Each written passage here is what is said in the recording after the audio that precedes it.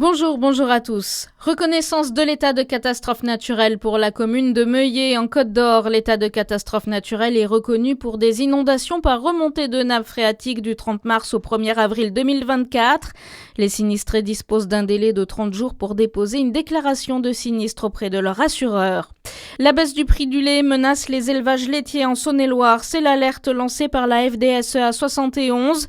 Les producteurs laitiers ont augmenté leur production afin de sécuriser l'approvisionnement, mais aujourd'hui la surproduction menace directement les élevages du département. Si le prix du lait chute, ce sont les exploitations familiales qui seront fragilisées, estime le syndicat qui appelle les consommateurs à privilégier les produits laitiers français. L'accord de libre-échange avec le Mercosur appliqué sans l'avis de la Cour de justice européenne. Alors que les députés européens s'étaient prononcés pour une saisine de la justice, la présidente de la Commission européenne, Ursula von der Leyen, a annoncé hier que le traité sera appliqué provisoirement, une décision très critiquée par les syndicats d'agriculteurs.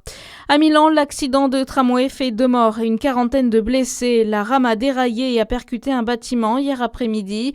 D'après les premiers éléments de l'enquête ouverte pour homicides involontaires, le conducteur se serait senti mal et aurait fait un malaise. Dans le Jura, une voiture en stationnement carbonisé en plein centre de Morée hier après-midi. Le véhicule était stationné entre la rue de la République et la rue de la Promenade. Les circonstances du sinistre sont encore inconnues. Il n'y a rien pour l'heure qui indiquerait que ce soit un acte criminel.